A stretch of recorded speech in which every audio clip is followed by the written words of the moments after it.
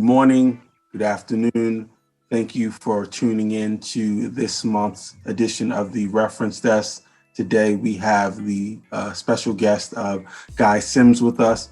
We are looking forward to his time, his work, and joining the staff here at the Free Library. So I will allow him to introduce himself.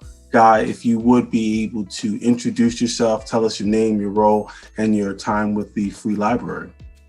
Sure. Thank you. Thank you very much, Jonathan. As you said, my name is Guy Sims. I'm the new Chief Diversity and Inclusion Officer here at the Free Library. And I'm probably one of the newer members to the library. I've been here since mid-December 2020, and I'm coming up on my 6-month anniversary. So I'm happy to be here. It's been a great experience so far. All my colleagues have been very inviting and accommodating, especially for someone who's come to the library from outside of not only the library system, but the city system. My background has been in higher education almost my entire career. And although I can draw some parallels, it's a beast unto its own, but people are helping me tame the beast. I'll put it that way.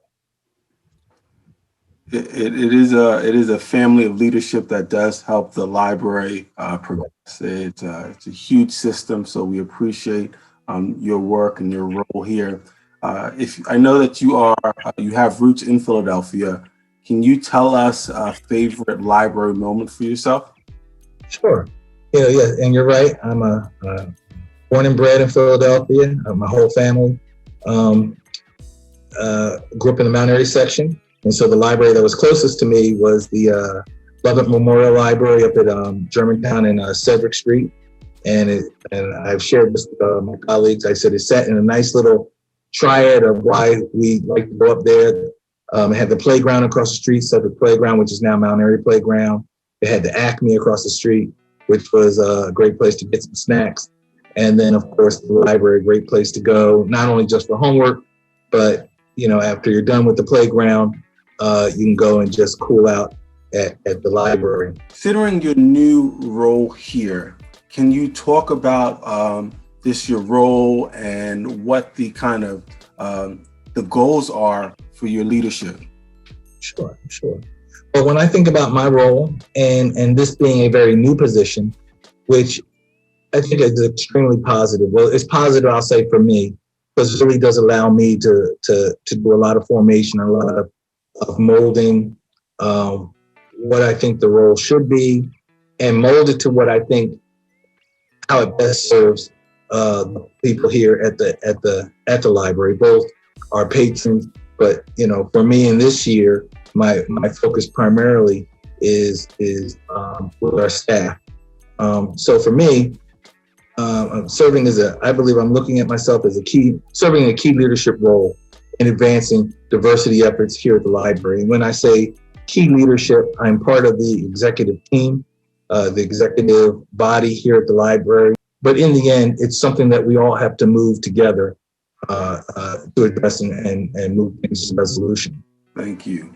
And who is unfamiliar with the term DEI, diversity, equity, and inclusion, what are your goals specifically now that you have kind of gotten a sense of the institution?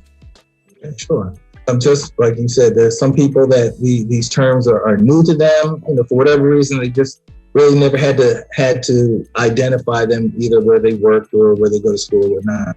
Diversity, and I'll put them in very, very, very easy terms to think about. Diversity is who's in the room, who's here. When we think about people, not only just race, but their gender, their abilities, their age, how they identify themselves, their sexuality. All of that is all in the room. And some things we can see. There's some things that we can't see. There's some people that have other things going on that's personal and inside, or things that are external to them, external to the library that we don't know. But they bring it with them, and it helps inform how they do things and make decisions. But we do want a wide range of people in the room, because a wide range of people brings you a wide range of ideas to resolve issues and come up with brilliant ideas. The equity part is you in the best of organizations, people feel like they're being treated equally in all that they do. But unfortunately, being human beings, sometimes, we don't do that.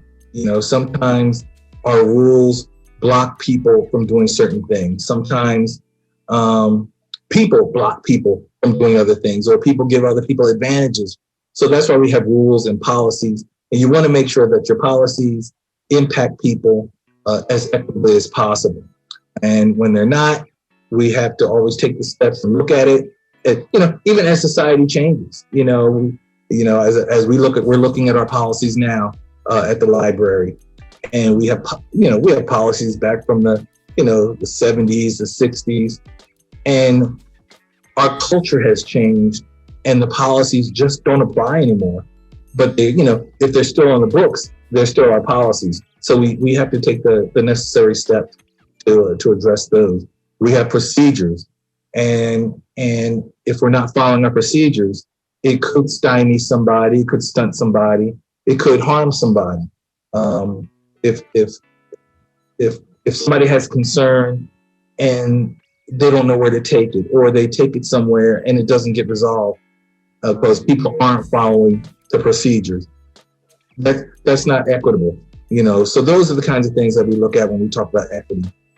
And inclusion is what people, not only the people in the room, but they are part of it.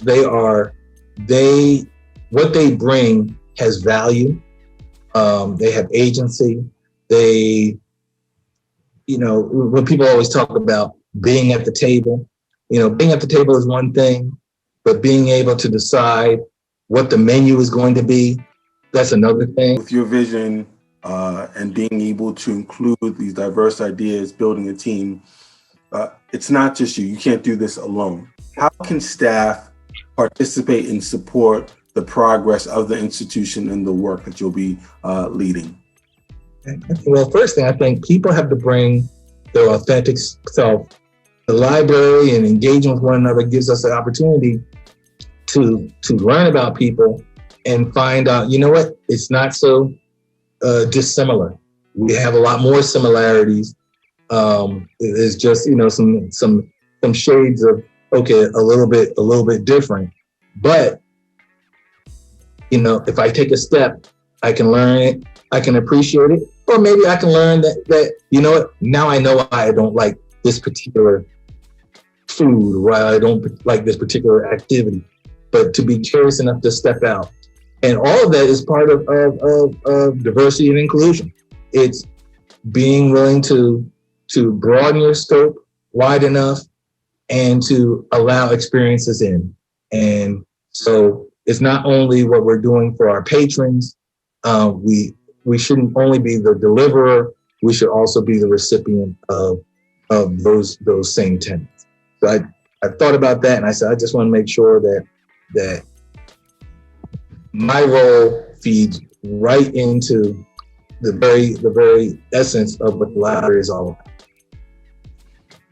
Thank you, Guy. I appreciate My pleasure. the detail, and I appreciate your commitment to the work. It's not an easy space to step in, especially in the time that we're in, but we need people who are willing to do that heavy lifting and kind of help guide towards progress. So I want to thank you today for your time. I want to thank our audience for listening, and I hope that they will hear the words, hear your plan, and know that they can participate, and change has to ultimately happen amongst our communities of people. So thank you so much. Have a wonderful day, and we will talk to you soon. All right. Well, thank you very much.